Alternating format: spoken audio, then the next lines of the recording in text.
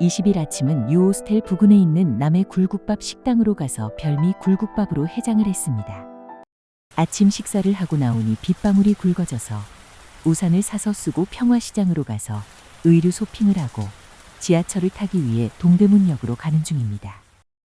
서대문 형무소를 관람하기 위해서는 동대문역에서 1호선을 타고 종로 3가역에서 3호선 대화행으로 환승하여 독립문역에서 내립니다.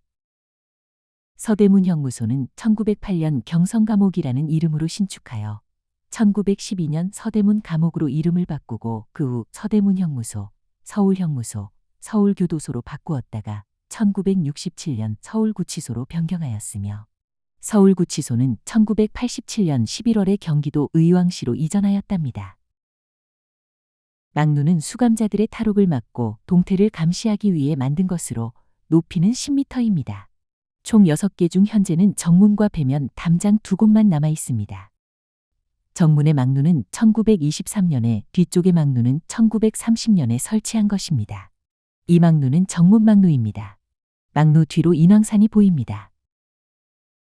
취조실 모습입니다. 일제는 재판을 받기 전 미결수로 수감되어 있었던 독립운동가를 일일이 경찰서로 이송하여 취조하는 번거로움을 없애기 위해 고등기 형사를 직접 서대문 형무소에 파견하여 이곳 지하에서 취조를 하였습니다. 다음은 끔찍한 고문 모습입니다. 물 고문 장면입니다. 당하는 사람을 움직이지 못하게 한 다음 그냥 입과 코에 물을 들이붓거나 물속에 얼굴을 처박게 해서 숨을 못 쉬게 만드는 것입니다. 인두 고문입니다. 줄이틀기 고문 모습입니다. 양다리를 묶은 뒤 다리 사이에 굵고 큰 막대기 줄이대 2개를 끼우고 양쪽으로 비틀어 정강이를 비트는 고문입니다. 상자 안쪽에 날카로운 못을 박아놓고 사람을 상자 안에 집어넣어 마구 흔들며 못에 찔리게 하여 고통을 주었던 고문 도구입니다. 지하 독방 모습입니다. 취조 후 옥사로 이동하기 전 감금했던 곳이며 곳곳에서 들려오는 고통의 비명 소리와 언제 다시 올지 모르는 고문의 공포로 휩싸인 공간이었습니다. 옴짝달싹할 수도 없이 좁은 공간에 사람을 감금하여 앉을 수도 움직일 수도 없는 고통을 주었던 고문 도구입니다. 벽에 서 있는 관이라 하여 벽관이라는 이름을 붙여졌습니다.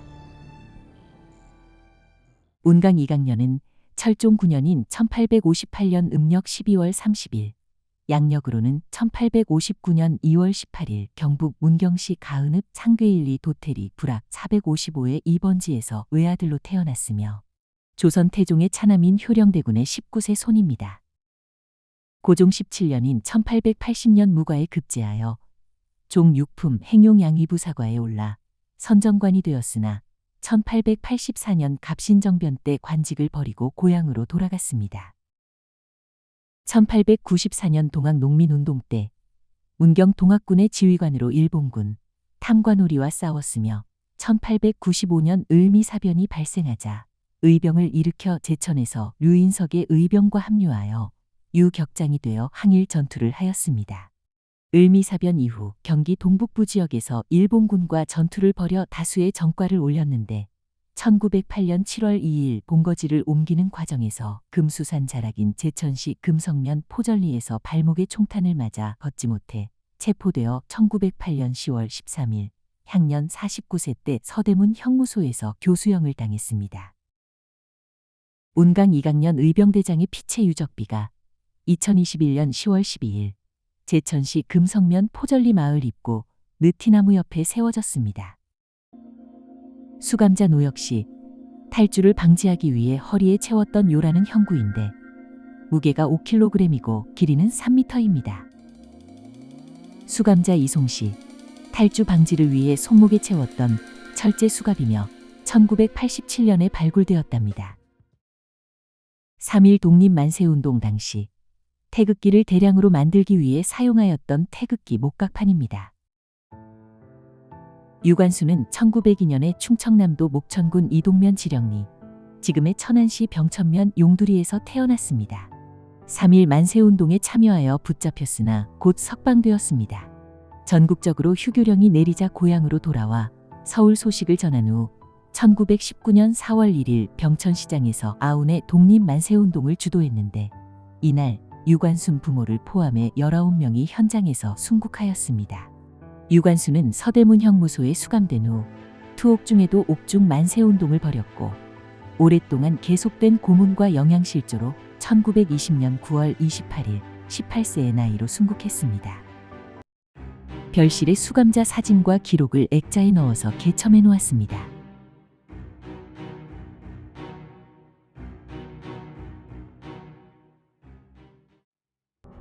이 사진은 1926년 6월 10일 순종 장례 행렬에 운집한 군중 모습입니다.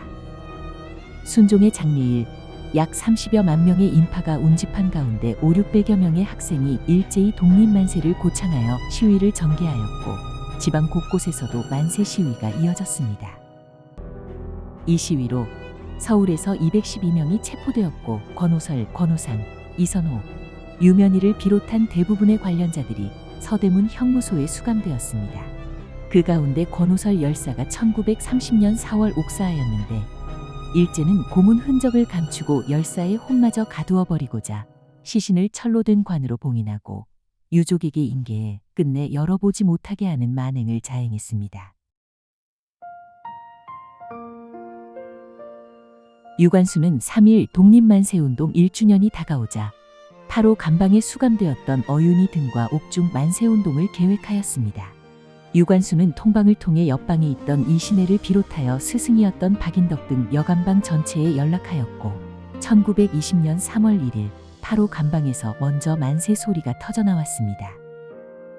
유관순이 주도한 이 옥중 독립만세운동은 서대문 형무소 옥사 전체로 퍼져 3,000명이 넘는 수감자들이 모두 만세 시위에 참여하여 독립운동가들의 자주독립 의지를 다시 알리는 계기가 되었습니다.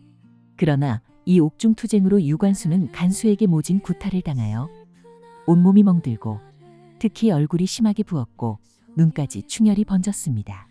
이러한 정황은 1920년 3월 중순 무렵 촬영된 유관순 열사의 수영 기록표 사진을 통해서도 잘 드러납니다. 왼쪽은 디지털로 복원한 유관순 열사 모습이고 가운데 사진은 간수에게 맞아 얼굴이 부은 모습이고 우측 사진은 1918년 이화학당 재학 중 모습입니다. 임명애는 당시 만삭의 몸이었습니다. 그래서 복역한 지 한 달 만에 출산을 위해 임시 출소하였다가 아이를 낳고 11월에 다시 갓난아이를 품에 안고 입소하여 8호 감방에 재수감되었습니다.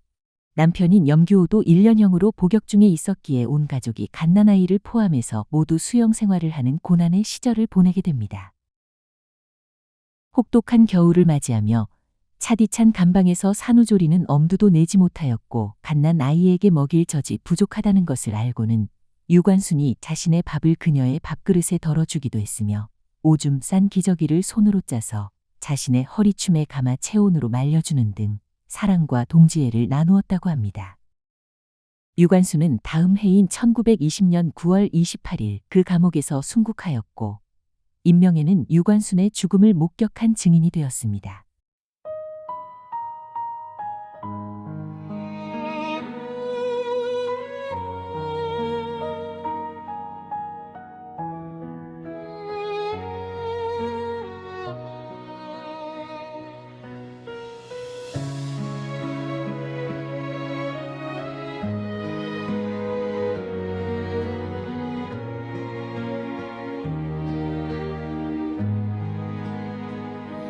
차가운 감옥 창문 사이로 스며드는 작은 빛 한 줄기 나라를 잃은 슬픈 하늘 아래 소녀의 꿈은 꺾이지 않았네. 천안 들판에 울려 퍼지던 그날의 함성 가슴에 품고 새 창살 넘어 어둠 속에서도 조국의 봄을 기다렸네.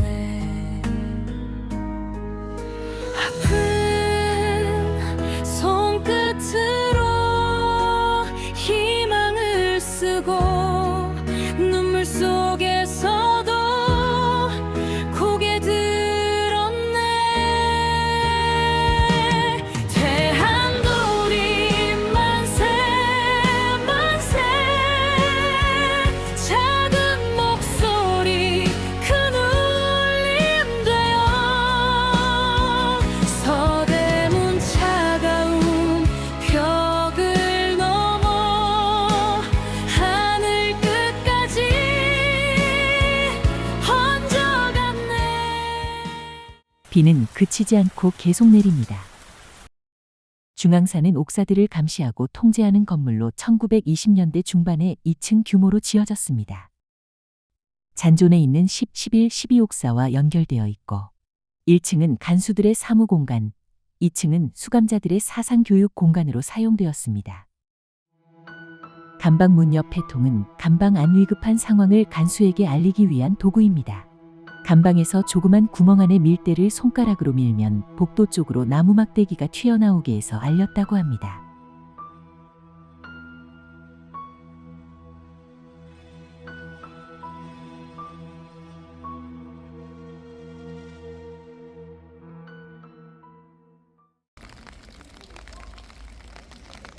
큰 미루나무가 쓰러지기 전 2016년 4월 뿌리에서 한 그루의 미루나무가 자생하여 그 뒤를 잇고 있다고 합니다. 1921년 전후 사형장을 이전할 당시 심은 것으로 알려진 미루나무랍니다. 사형장으로 들어가기 전 사형수들이 원통한 마음에 이 나무를 붙잡고 통곡했다고 하여 통곡의 미루나무로 불리었답니다. 2020년 8월 100여 년의 수령으로 쓰러졌답니다. 사형장의 역사와 함께한 미루나무를 기억하기 위해 그대로 노출 전시하고 있습니다.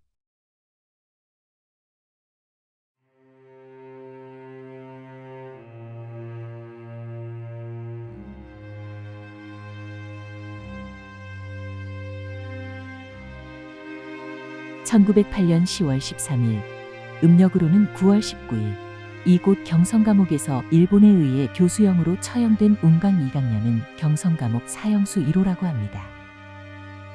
1908년 9월 22일 이강년은 교수형을 선고받고 죽기 전 아들들과 의병들에게 자신의 유언을 남겼다고 합니다. 너의 아비는 평생 혈충을 품어 나라를 위해 죽고자 하였다. 이제 뜻대로 되었으니 무슨 여한이 있으랴. 너는 놀래지 말고 정신을 차려 동생들과 함께 나 죽은 뒤 장례를 3일 안으로 간단히 지내도록 하라고 했답니다.